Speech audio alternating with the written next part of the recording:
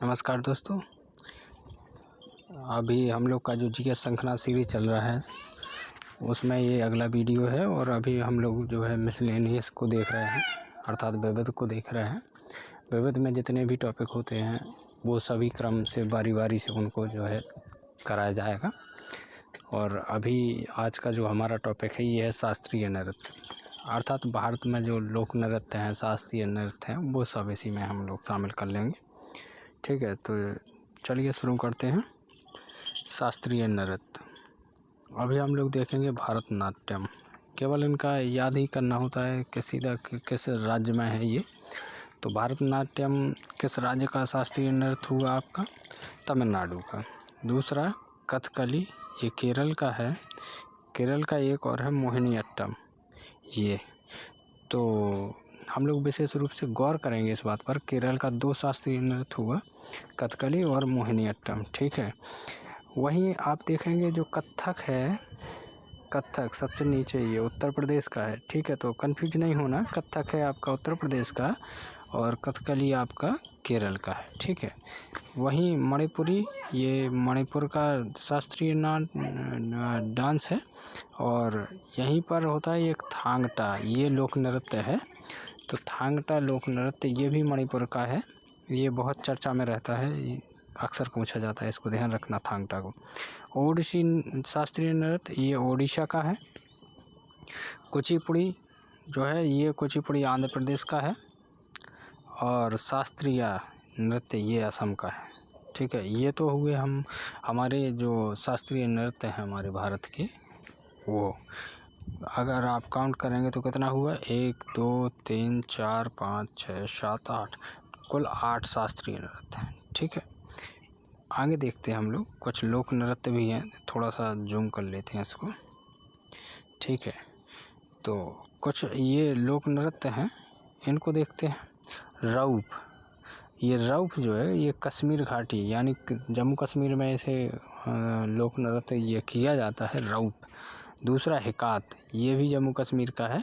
फिर भांगड़ा, गिद्दा, गतका, ये तीनों जो है पंजाब का है आपका। ठीक है, इन्हें ध्यान रखना विशेष रूप से। भांगड़ा ढोल बजाया जाता है जिसमें, पंजाब का। गिद्दा ये भी पंजाब का है। गतका ये भी पंजाब का है। और गतका आप देखेंगे कि सिखों का शस्त्र कला है, मतलब ये एक तरीके से शस्त्र सीखते हुए लोग इस नृत्य को करते हैं।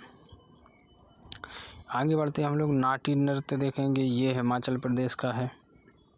इसके बाद आप देखेंगे, ये बीच में छोड़ेंगे, केवल हम लोग इम्पोर्टेंट देखेंगे। तो गरबा नृत्य, ये गरबा कहाँ हुआ? गुजरात का। ठीक है, तो गुजरात का गरबा अभी ये जो है यूनेस्को की अमूर्त सांस्कृतिक विरासत में इसको रखा गया है। ठीक है, अभी इसी साल का ये करंट का क्वेश्चन था।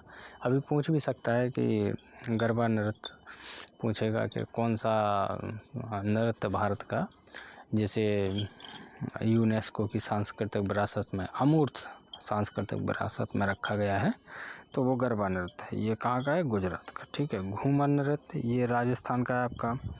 ये कालबेलिया है, ये भी राजस्थान का। ये दोनों पूछे गए। बिहू ये खूब पूछा जाता है, असम का है, ये वेरी इंपॉर्टेंट है ये।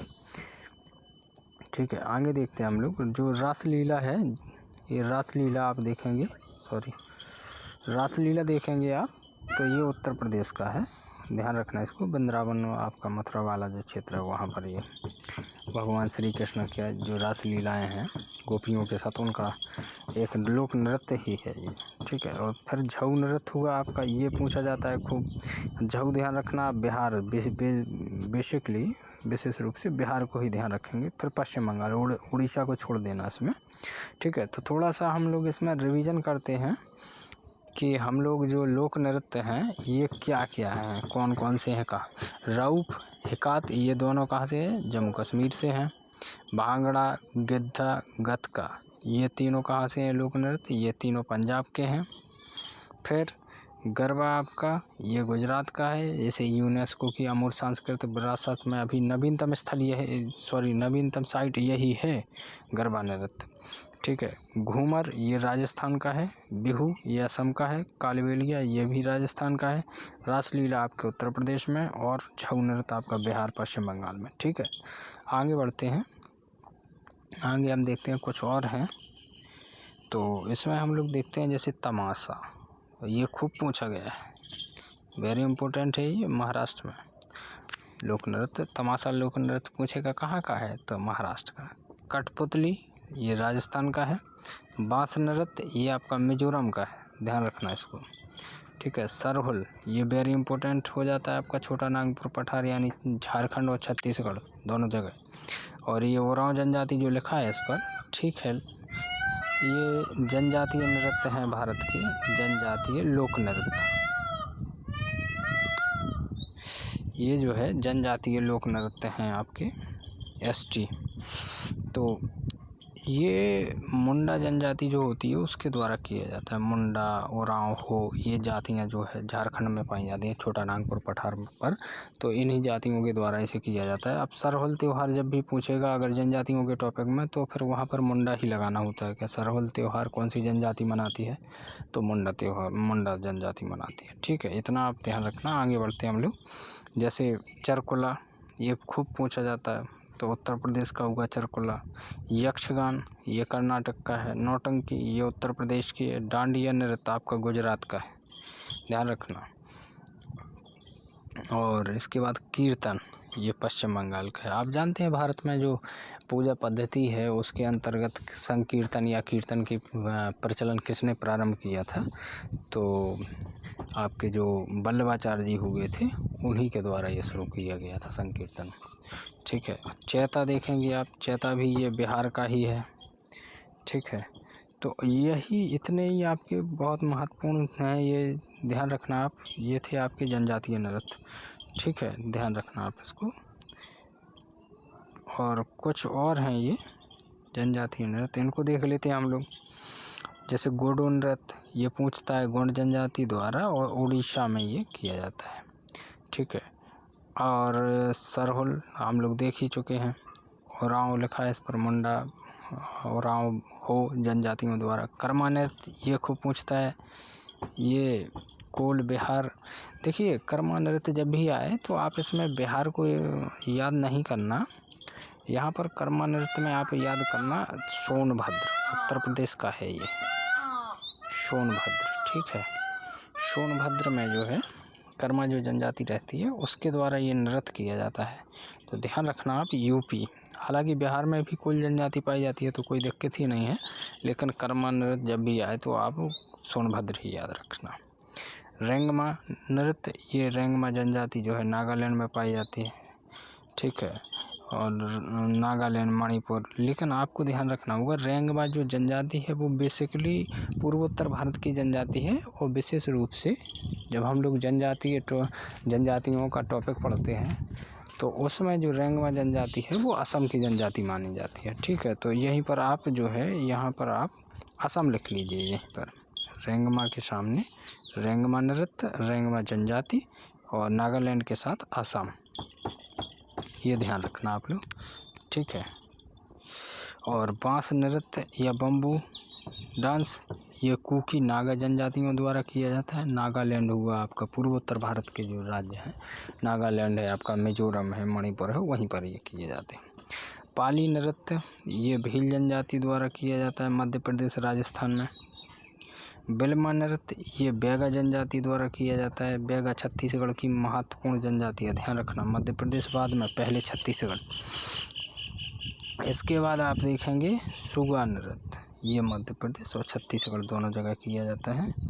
ठीक है, तो इतने ही आपके नृत्य हैं, इनको आप ध्यान रखना, अच्छे से याद करना है आपको। ठीक है, ये वही स्लाइड आ गई है फिर जो हम लोग देख चुके हैं। ठीक, अच्छा इसको अभी देखा नहीं है, इसको देख लेते हैं। तमाशा उसमें भी था, उस स्लाइड में भी तमाशा ये महाराष्ट्र का है, पहले देख चुके हैं हम लोग। जात्रा ये पश्चिम बंगाल का है। जो धानु यात्रा जो रथ यात्रा सॉरी जो नृत्य के बारे में नहीं आता है लोकनाट्य, तो लोकनाट्य है ये मंच, मतलब नौटंकी टाइप की जो की जाती है, रंगमंच किए जाते हैं, तो उसका है ये धानु यात्रा बोलते हैं इसको। ये बंगाल का है, बंगाल में होता है, ठीक है। और रासलीला और नौटंकी ये हम लोग जानते हैं अच्छे से, अपने उत्तर प्रदेश में होता है। ख्याल गायन का जो है ये राजस्थान में होता है। और अंकिया नाट, ये ध्यान रखना आप, अंकिया नाट ये वेरी इम्पोर्टेंट है, ये असम का है, ठीक है। बस इतना ही बहुत है, इतना ही महत्वपूर्ण है, ठीक है दोस्तों। तो आज का हमारा ये जो टॉपिक था भारत में लोक नृत्य एवं शास्त्रीय नृत्य, तो ये पूरा होता है। और मान लीजिए आप इतना अगर तैयार कर लेते हैं तो इतना बहुत है, इतने से ज़्यादा आपको तैयार करने की आवश्यकता है नहीं। सारी के सारे क्वेश्चन यहीं से फंस जाते हैं, जो भी क्वेश्चन आता है, ठीक है दोस्तों। तो अगला वीडियो अगले टॉपिक पर होगा, और ज़्यादा से ज़्यादा लोगों को शेयर कीजिए, अपने दोस्तों को जोड़िए, क्योंकि जीएस में जो शंखनाद सीरीज मैंने चलाई है, तो अभी थोड़ा सा संसाधनों का अभाव है, इस कारण उतना आपको रुचि नहीं बनती होगी मेरे वीडियोज़ में। अभी मैंने नया नया शुरू भी किया है ये, तो कुछ चीज़ों की कमी है इसमें, वो समय के साथ दूर कर दी जाएंगी। लेकिन आप लोग जुड़िए, और लोगों को जोड़िए, अपने दोस्तों को जोड़िए, क्योंकि मैं जिस तरीके से आप समझिए जो नोट्स प्रोवाइड करवाता हूँ, ये नोट्स पर्याप्त है आप लोगों के लिए। आप जितना आप इतना मैं बताता हूँ, इतना अगर आप लोग तैयार कर लेंगे तो इतने के बाद फिर आपको जीएस में और कुछ तैयार करने की आवश्यकता रहेगी नहीं। आप पूरा का पूरा पेपर आपका आराम से सॉल्व हो जाएगा, ठीक है दोस्तों। तो नमस्कार।